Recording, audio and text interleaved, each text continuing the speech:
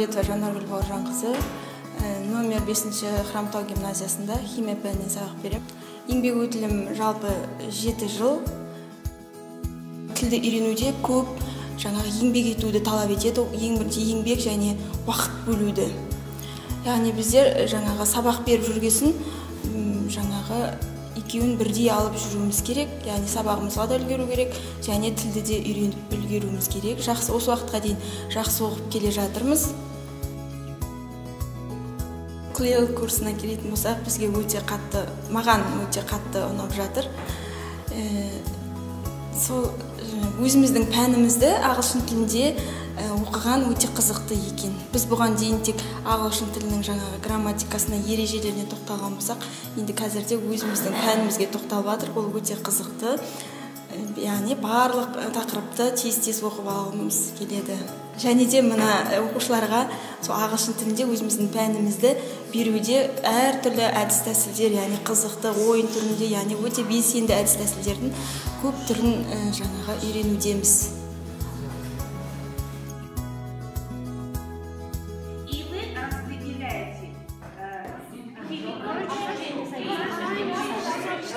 Когда я пришла в школу, моей самой, в 91 году, конечно, всего того, что сейчас, не было. Я считаю, что сейчас то, что внедрили трехязычие, это очень сильно детей развивает. А потом новые реформы, то, что внедрение, например, английского языка, это действительно дает такой большой старт детям в жизни. Они могут себя реализовать в более современных профессиях. Они смогут читать большое количество литературы, которая выпускается на этих языках, уже зная данный язык. Ну, например, 10 или 15 лет тому назад мы не могли задуматься, что ученик 1 класса или, например, 5 класса уже будет работать над проектом. В данное время сейчас я вижу и занимается, что большое количество учащихся заинтересованы выполнять исследовательские проекты. И это я вижу, что эти дети через 10-15 лет, это наше будущее, и оно пойдет далеко вперед.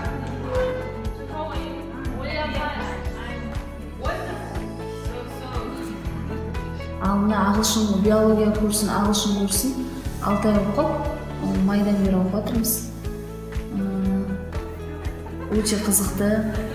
Ең бірінші орынбасарымның осы 6-шы мектеп гимназиясының апай бізге бүткіл ағылшынды басынан бастап алфавиттен бастап үйретті. Енді біздерге жастарға оңайырақ болды біздің тілді сөйлеу. Но мен үлкен апайларға қиындау деп ойлаймын ағылшын тілін. Олар әлі де үйрене салмайды.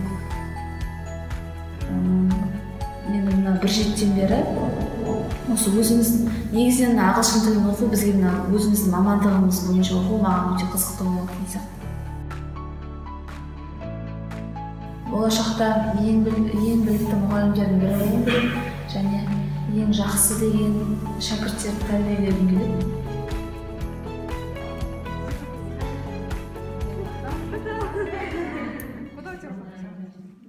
Тіл курстары, яғни біздерде осы Хромтау ауданымызда 2017 жылдың мамыр айында басталды.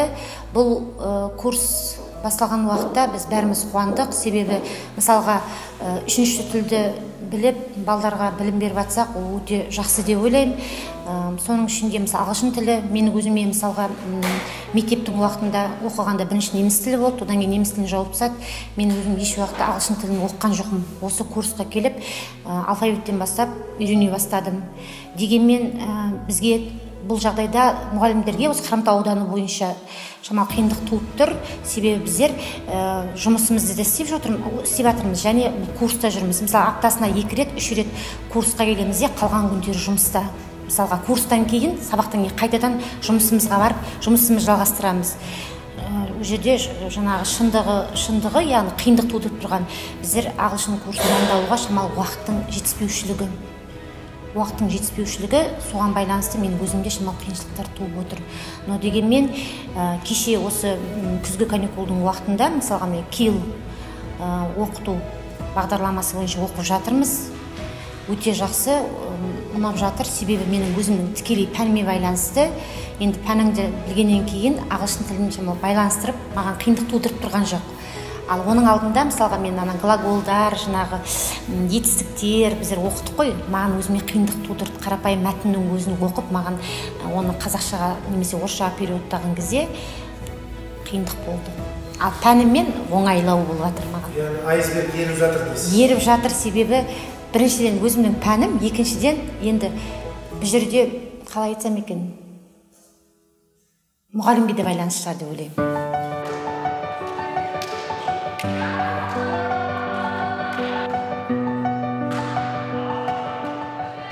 Вообще в школу попал, можно сказать, случайно. Никогда не думал, желания как такового не было становиться учителем.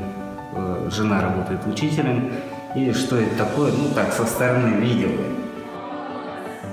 Меня просто попросили по производству необходимости временно вести химию, биологию. И, не знаю, как-то действительно затянуло.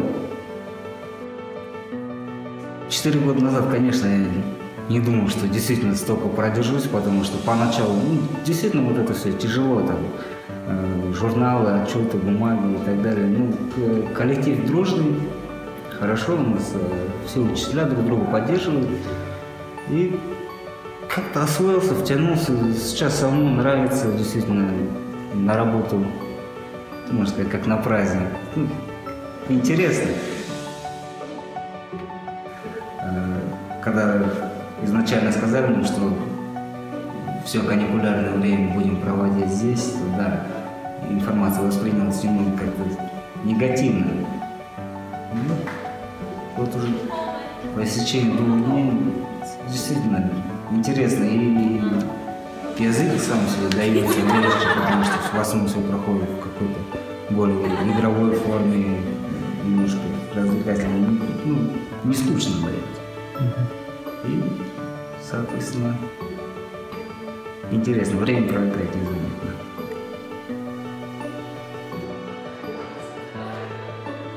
Қазіргі таңда біз аудан орталығында 3 тілдік білім беру аясында химия, физика, биология, информатика мамандықтар оқып жатырмыз.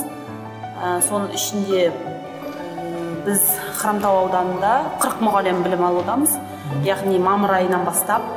Енді біз ал қазіргі таңда 6-шы мектептің базасында клеил курстарын оқып жатырмыз. Яғни осы уақытқа дейін бізді Астанадағы бизнес академия, технология ұйымы бізді жаңағы тіл бойынша жетілдірсе, енді қазір біз химияны ағылшынша жүргізуді үйреніп жатырмыз.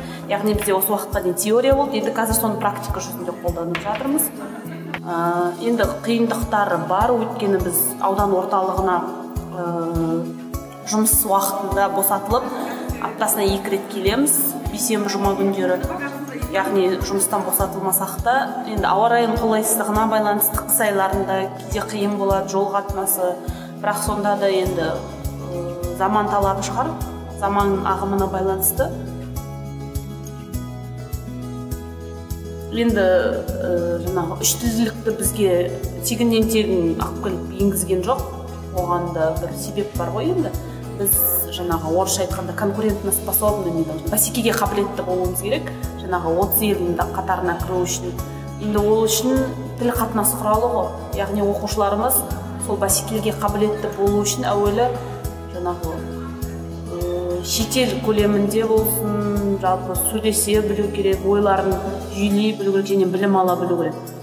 Енді мысалы қазіргі таңда білеміз, жаңа не бойынша ОБТ форматы бойынша бізде медицинаға бару үшін химия, биология таңдау керек. Бірінші қана биология. Енді сол химия мен биологияны ағылшын тілінде жүргізу арқылы біздің Қазақстанның медицинасы дамиды деп ойлаймын.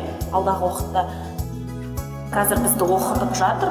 Сонымен тоқтап қалмау керек. Өйткені бізге фундамент беріп жатыр тек қана. Ал ары қарай біліміміз бойынша жетілдіру өзіміздің қолымызда. Қосымша оқып үйренуге тырысам.